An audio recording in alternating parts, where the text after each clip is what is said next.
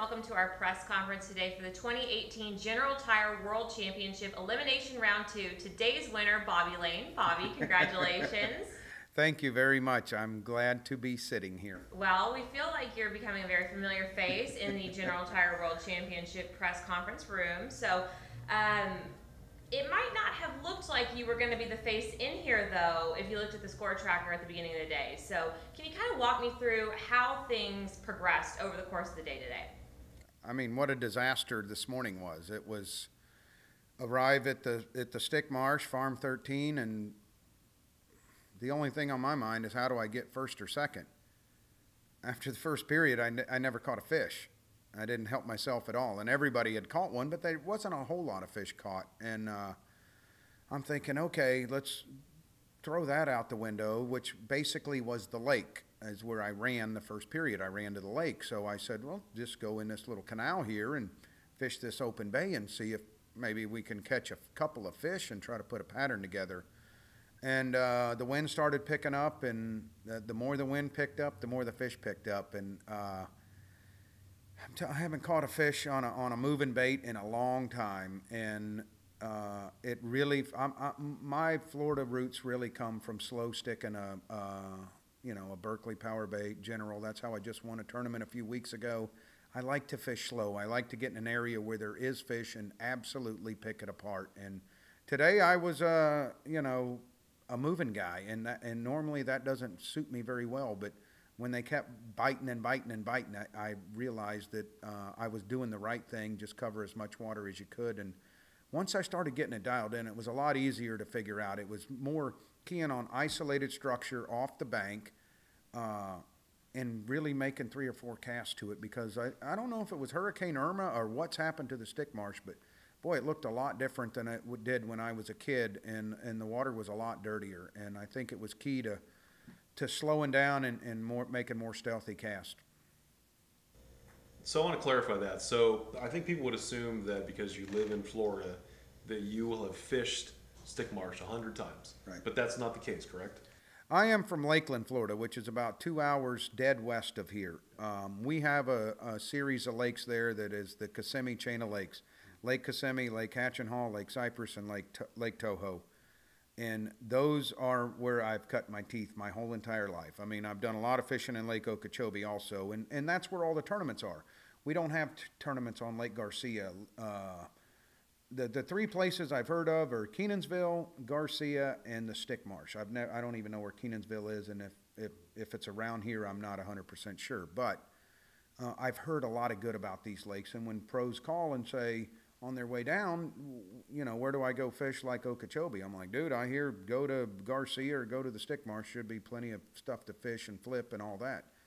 And no, I don't know nothing about this area. Me and JT Kinney have done a lot of fishing over here, but we've done a lot of fishing in the bay right across the way and have caught some of the most beautiful snook and redfish and tarpon you have ever seen in your life. And that's what I come to Sebastian for, is to saltwater fish. So it's been a curveball this week. It truly has. And being from Florida and knowing how to fish Florida, it's still very enjoyable. But man, what a curveball of a week it's been so far. Can you tell us a little bit more about the lake you were on today, where the fish, like in the conditions, like were the fish pre-spawn, post-spawn, were they spawning, what was going on? The lake we fished today was Stick Marsh, and as I remember Stick Marsh as a kid, it was miles and miles of hydrilla out in the middle of the lake. Like, there was what we call kicker trails, which are little boat lanes that you would run your boat through to get from one patch of grass to the next. I mean, it was absolutely chock full of hydrilla. Now, I'm not sure if storms or cold fronts or it looked like there was maybe some big carp in the lake. I'm not sure, but I saw a lot of big boils, and they definitely weren't bass. But to me, the Stick Marsh was completely, in the first period, I thought it was a giant fish kill that was going on. And it's weird that I went kind of in a no man's land to catch what I did today. And that's normally not the way that I like to fish. I like to get around the grass, and like I said earlier, I like to get around a group of fish when I catch one, power pole down and catch as many as I possibly can using a couple of different baits and picking everything apart. I mean, we're in early spring. These fish should be just coming off the bed, and with a full moon, there should be some new ones coming on the bed. And I'm not sure what the fish are doing. All I know, I'm not sure that wasn't a shad spawn today going on. And as the water temp heated up, the shad became more active. And as my weights resulted, it was 0 the first round, 10 pounds the second round, and must have been close to 20, 25 pounds in the third round. The more the water temp heated up, and it was just like when I was in the first round at Garcia, the later it got, the more fish I started catching. So I'm thinking that it's probably a post-spawn more than it is definitely a spawn tournament. They don't look like they're pre-spawn. Looks like, if anything, they're feeding up on shad and bluegill. Bobby, first of all, congratulations on making the World Championship sudden death round. Now, speaking of that, you're going to be fishing for a cut weight, not a total. Are you going to fish that differently?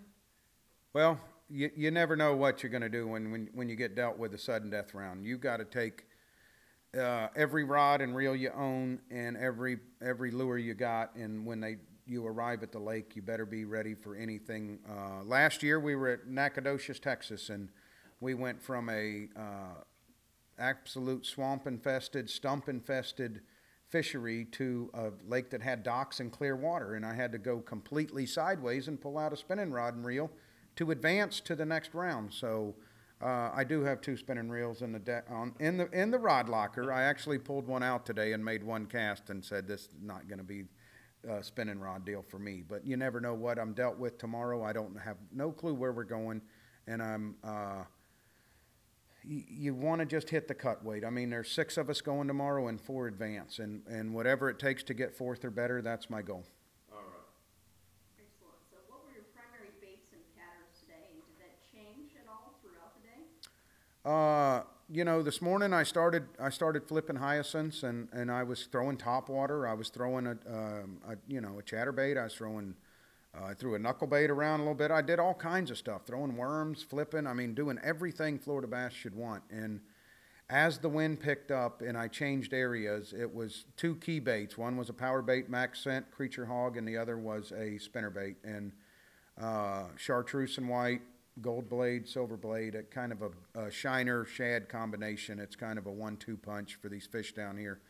And what I did in one break was I switched skirts. I went from a golden shiner skirt and I went to the chartreuse and white, because normally they love a shiner skirt if you're going to catch them on a spinnerbait, but the water was so dirty, and I'm not 100% sure still to this day why it's as dirty as it is. I've never seen the Stick Marsh have that much dirty water in it, but I stuck with those 2 key baits. Once I caught my first bass, the wheel started to turn a little bit, and once that happened, it just kept getting better and better for me. Bobby, congratulations. Would you like to expand on the weather today? Did it really affect how the fish bit? You know, growing up in Florida, I'm all about the heat. I mean, I really am. I love, the hotter it is, the better it is. And I said to myself at one time today, when I started flipping down this one hyacinth line, I said, well, I didn't get no bites now. I'll come back here later in the day when it really heats up and get some bites. And that's generally the case. Like, but you would have caught a couple of fish that would have really made that difference. And being super sunny and with the wind as heavy as it was becoming, it really only allowed me to do a few things, and that was to throw a moving bait. It didn't seem like it mattered where I went. I was caught up in the wind.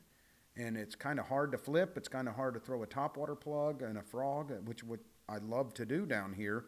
And that's generally how I should catch them, or normally would catch them. But today it was a spinnerbait day, and every time I decided to make a move, another one would bite, and it kept me in that area. And the weather was absolutely perfect. And I'm learning as it goes on. The more, my first round in the very first round we fished. Today was the second round. The first round, I think I was in last place coming into the first round, and I was in last place today coming in. As it starts to heaten up, it seems like I start maybe getting on a pattern or getting the fish dialed in. And when I get them dialed in, it makes it super fun. And I think I'm more a little maybe adaptable to some of these Florida fish than other guys. They might catch 1 or 2 and then just keep going. Where you catch one big one in Florida, you're always going to catch another one. And normally it's that 11 to 2 o'clock is when these Florida fish love to bite this time of the year. And I said when it's going to be 90 degrees today that the bite should get better as the day goes on. So yeah, I was never counting myself out one time today. Bobby, in an earlier answer, you talked about that you thought maybe there was a fish kill or something going on in that first period. You know, watching the score tracker here back at MLF's, boat ramp. Right. We thought maybe the score tracker was broken because there were no fish going on it. So what was going on there? Because this is not a question just about you, but this is a question about Sure. all five of you. What was going on? I mean, I'm dealing with guys today like Kevin Van Dam, who has done it all, Aaron Martins, Ike Anelli, Mike McClelland, myself. Was there another one? That's it? 5 of us? Me, Kevin Van Dam, Mike Iconelli, Mike McClelland, and myself, and Aaron Martins. I mean, these are the best fishermen in the world. And I think there was 5 or 6 fish caught in the very first period. That was really, score tracker was an advantage for me today, because if I'm thinking it's blowing out of the south, we're in Florida, the sun's shining and the water temp's hot, these guys are catching them. When score tracker kept saying, not much weight, moved up 1 pound, and nobody really, I think Kevin Van Dam had the best round in the first with like 7 or 8 pounds. I was thinking, this might start playing into other guys' wheelhouse if they ever get them dialed in. And where me and Kevin and Iconelli, we all started in the same area. I mean, there was kind of 2 areas where there was a bunch of local boats, and we all kind of crammed in there with them, thinking that, but it was really one of the only areas that had grass in it. And that thing never moved. And I was thinking to myself, what's going on? And believe it or not, it was, maybe they fed early yesterday and they fed late today. I'm not sure. But I know as the water temp got warmer and the afternoon went on, we didn't see a 3-pounder until the third period, I think. And then everybody was catching a 3-pounder. So the fishery's still very strong. I think it was just a matter of the fish wanting to finally get up and feed. And when you deal with full moon and warm weather, normally those fish will feed very first thing in the morning. I'm talking crack of dawn, 6:15 to maybe 7:30. Well, our fishing time doesn't start till 8:30. I believe it was 8:30 when we started. So we've already missed the morning bite. Now we have to wait all afternoon for those fish to kind of start feeding again. And I've noticed that on not cold front, but on conditions like we were faced today, when it's warmer and we're dealt with a full moon, that the afternoon bite should be better, because we did miss the morning bite. And that's all I could think of, because everybody started climbing the leaderboard in the third period. Ike Anelli was catching more than he was. Me and Aaron and Ike were all battling out for ounces and ounces, and Michael McClelland was actually starting to catch a couple, and they were decent fish, 3.5 pounders. So the bite was getting better as the day went on, for sure. So Bobby, you won last year's World Championship. So what role do you think the experience you had in last year's World Championship played in preparing for this competition? Can you? I'm here this week. I'm trying to defend my title. That's for sure. You got to take one day at a time. The first day I thought was okay. I caught 2 5-pounders late in the third period, which got my weight up at least within 10 pounds, or I would have been 20 pounds back. Now that's a mountain to climb, and it's a tough mountain to climb. But after winning one world championship, I know that I have the skills to do it. I have the mentality. I have the mental preparation to push forward and become a champ. So I got one trophy. I'd love to match it with another one, but we got a lot of fishing to go. All right. I want to go back to the question previously about the conditions. So the guys who competed in the round before you, the top 2 guys, just those 2 had more weight than all of you guys today. So there was a major difference in 24 hours. So is that just specific to this fishery, or is that what's going on in this area of Florida right now? When you fish tomorrow, do you expect it to be that dramatically different than yesterday? Well, I'm assuming I would imagine we're going to a different lake tomorrow for sure. When we get there, when we start, that question is so hard to answer. But I can only hope that whatever the guys caught early yesterday that maybe won't work at the lake we're going to, so it gives us all a fair opportunity to make the cut. The only good thing is there's 6 of us. You know, you got a pretty good odds of getting there. I mean, it's 4 going, 2 are leaving.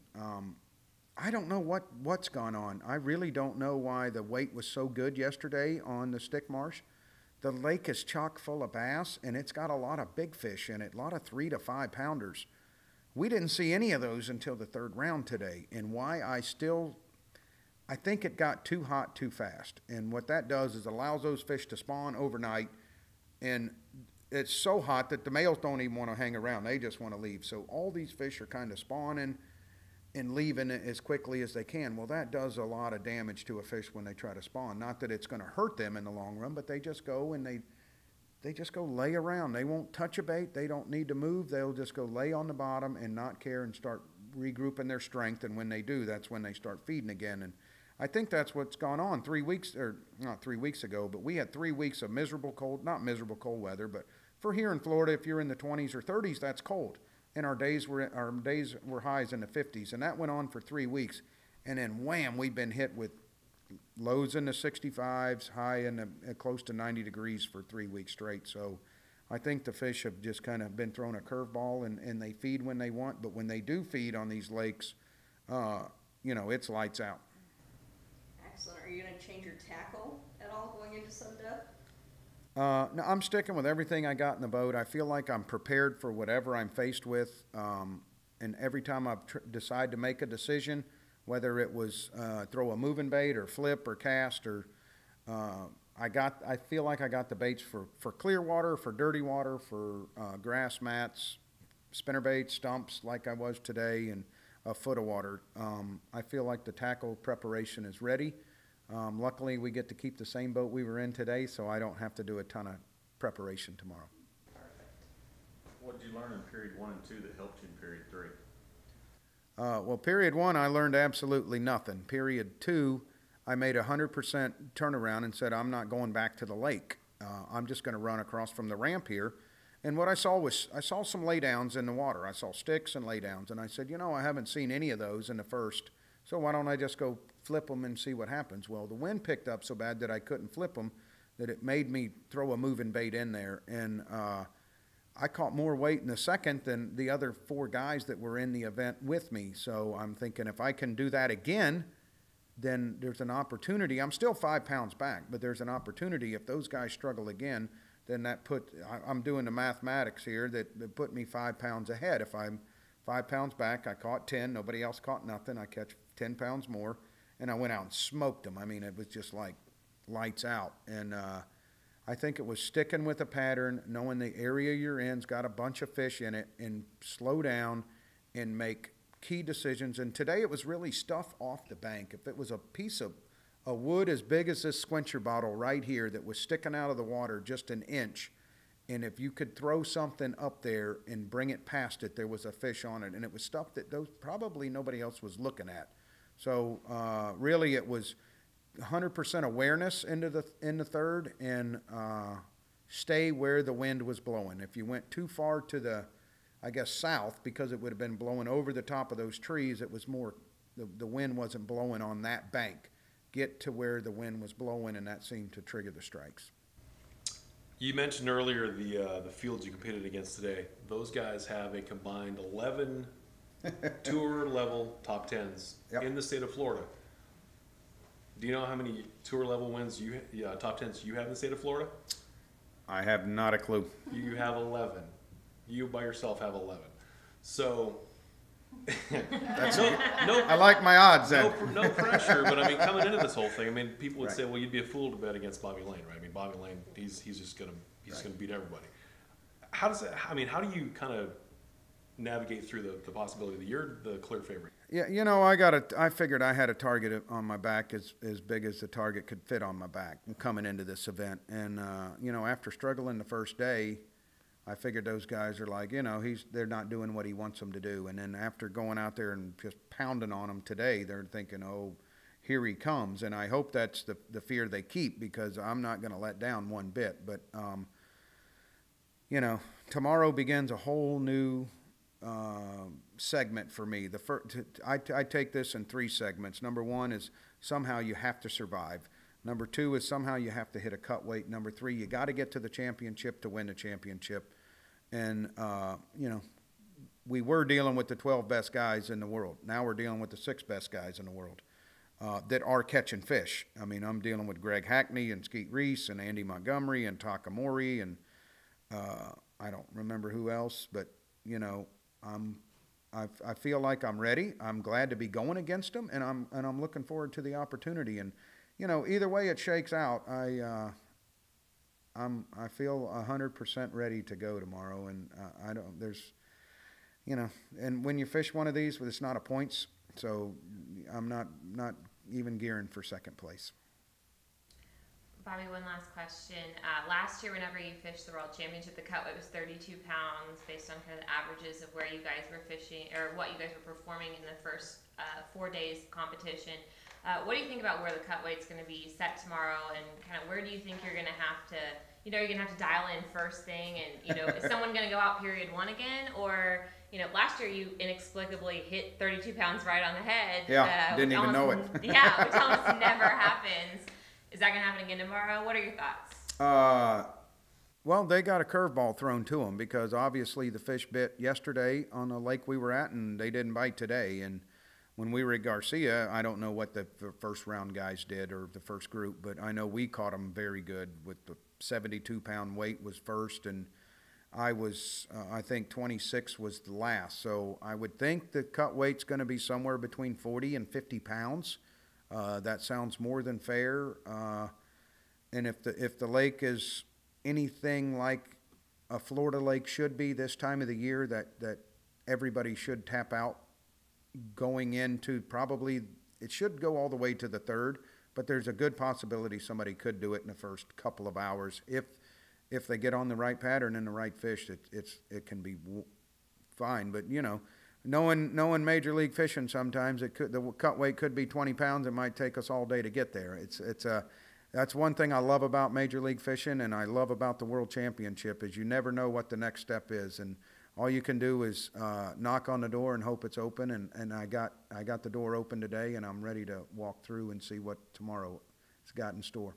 Speaking of that, I lied, and I actually had one more question after that last one. So, you took home the Johnny Morris Award last year as the world champions, a 63-pound trophy. I'm sure it's prominently displayed on a beautiful shelf in your home. You're going to have to build a new shelf. I mean, if we get another 63-pound trophy, that's probably going to break that one down that you have right now, right? I think they're 68 pounds. Oh. So it feels like 75 pounds. The thing's amazing. But I got a room big enough to hold every trophy out there, and all of us as bass fishermen, that's all our dreams are, is to try to win every event we're in. And you know, you can only take one step at a time to get yourself in position to win that trophy. It would mean more than the world for me to be the 2nd world champion 2 times in a row. That's something that nobody's ever done. Nobody will ever take the first one away, that's for sure. But I got plenty of room for it, but I got a lot of work to do to get there. All right, well, we wish you the best of luck. We know you've got tackle to do, so congratulations again on your win today, and good luck in sudden death. Thank you, everyone, and I'm so glad to be sitting here again.